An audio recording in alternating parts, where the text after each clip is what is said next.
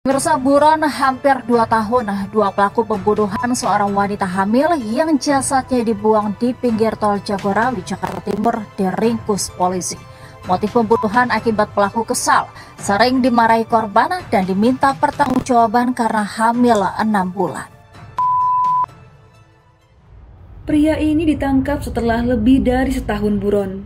Ia diduga terlibat pembunuhan wanita hamil yang jasadnya ditemukan di tol Jagorawi pada tahun 2019 silam.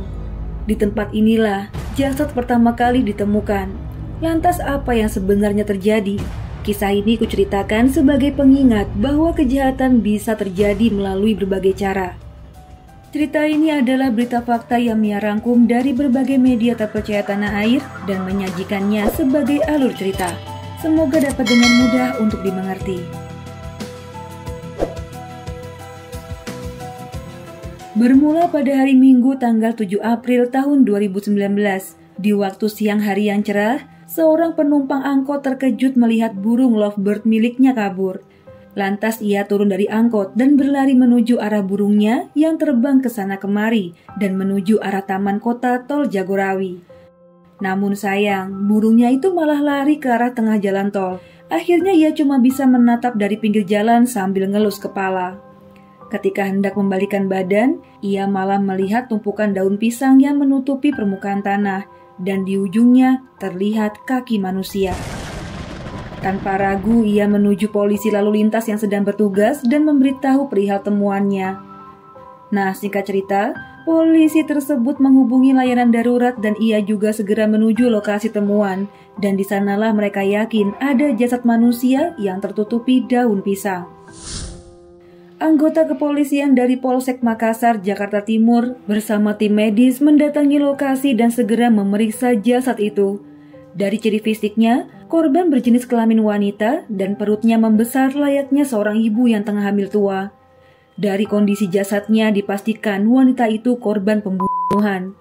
Ia saat itu menggunakan baju berwarna hijau muda serta motif garis dan ada gambar bonekanya. Sedangkan bagian bawah ia mengenakan celana legging hitam dengan list merah. Tak ada kartu identitas yang melekat pada tubuhnya. Sebab itu jasad korban segera dibawa ke Rumah Sakit Polri Kramat Jati untuk diotopsi. Kemudian hasil otopsi menemukan adanya luka di bagian kepala yang diperkirakan karena dihantam pelaku. Selain itu, korban dinyatakan tengah hamil 9 bulan. Seiring berjalannya waktu, jasad itu masih belum bisa dikenali. Ini kemungkinan karena sidik jarinya belum terdaftar EKTP. Petugas pun membuat sketsa korban dan menyebarkannya lewat media sosial maupun selebaran yang ditempel pada beberapa tempat umum di Jakarta. Ciri-ciri tersebut antara lain usia sekitar 20 hingga 25 tahun dengan tinggi badan 165 cm, berat badan 45 kg, rambut lurus sebahu, warna kulit sawo matang, juga ada tahi lalat di bawah kuping kanan, beserta ciri fisik pakaian yang digunakan korban saat itu. Namun hingga 1 bulan kemudian tak ada keluarga satupun yang datang. Petugas akhirnya memakamkan jasad itu di TPU Pondok Rangon, Jakarta Timur. Dalam pengembangan penyelidikan, ada dugaan jika korban dihabisi di tempat lain, sedangkan mayatnya dikubur di sana. Apalagi tempat itu bukanlah jalan yang biasa dilalui oleh orang. Selain itu, tidak ditemukannya tanda-tanda perlawanan di sekitar TKP, juga tidak adanya barang bukti apapun. CCTV di sekitar lokasi juga tidak menjangkau. Ini menambah kesulitan penyidik untuk mengungkap pelakunya. Yang pasti hanya para pengguna tol Jagorawi saja yang berhenti di kilometer tersebut yang dapat membuang jasad itu di sana.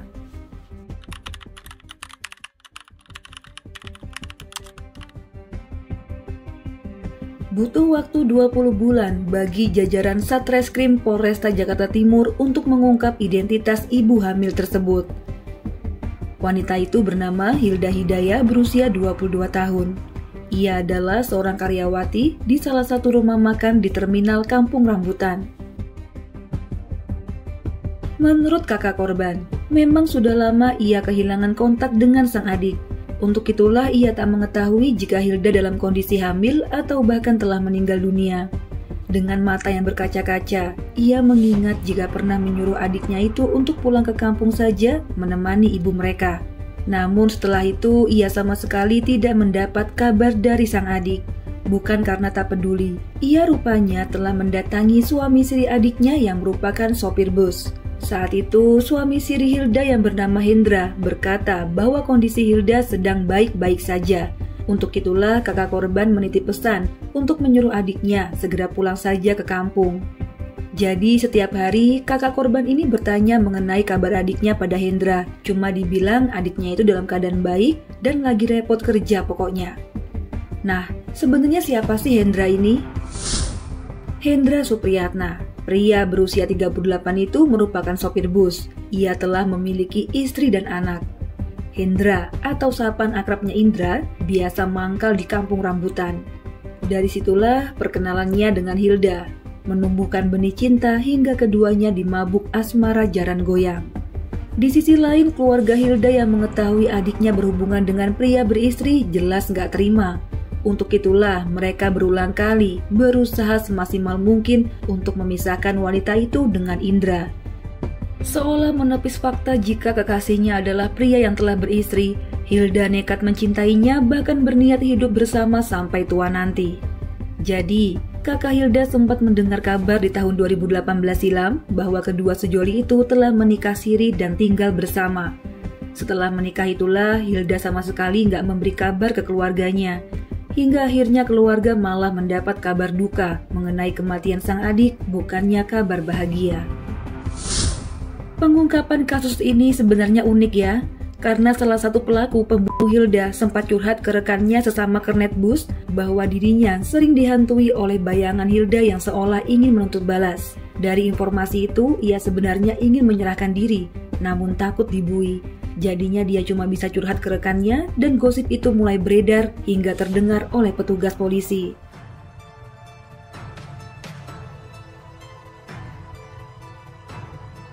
Akhirnya pada tanggal 14 Desember tahun 2020, atau lebih dari 1 tahun lamanya, polisi berhasil menangkap Muhammad Khairul Fauzi alias Unyil berusia 20 tahun di Cawang, Kecamatan Kramat Jati, Jakarta Timur. Saat ditangkap, ia langsung mengakui tragedi pembunuhan itu dan mengaku hanya sebagai pembantu pelaku pembunuhan yang tak lain adalah Hendra alias Indra, suami istri korban. Dan 2 hari kemudian, Indra berhasil ditangkap saat menjadi sopir ekspedisi yang tengah melintas di Jalan Soekarno-Hatta, Kecamatan Harjosari, Semarang. Lengkap sudah, kedua pelaku akan mendapat ganjaran hukuman. Enak aja udah melakukan pembunuhan malah hidup bebas.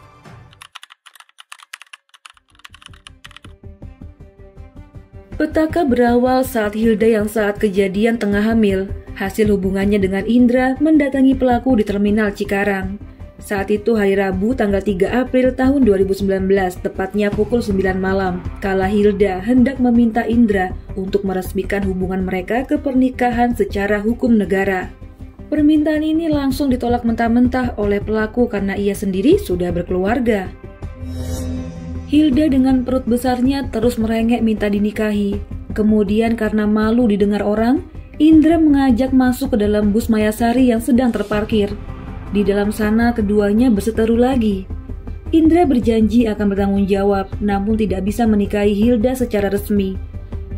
Akhirnya karena merasa terpojok, Indra mengambil balok kayu pengganjal pintu dan menghantam kepala korban berkali-kali hingga tubuh korban tersungkur ke lantai.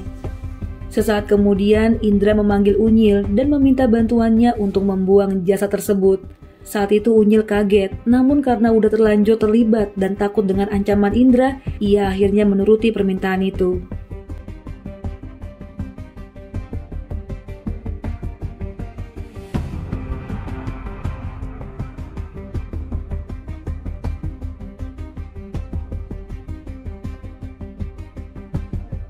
Dari Terminal Cikarang, Indra dan Unyil membawa jasad Hilda menggunakan bus itu lalu membuangnya di Taman Kota Tol Jagorawi, Kelurahan Kebonpala.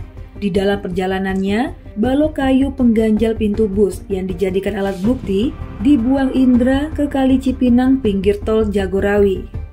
Sesampainya di sana, pelaku menggali tanah namun tidak terlalu dalam karena tanahnya terlalu keras dan Indra tidak membawa alat. Kemudian ia menguburnya hingga posisi jasad tersebut tertutup sebatas perut. Indra mengerjakannya seorang diri karena Unyil menunggu dalam bus. Setelah menuntaskan misi, keduanya pun kabur. Dalam pelariannya, handphone milik korban dibuang di Kalimalang, Cibitung.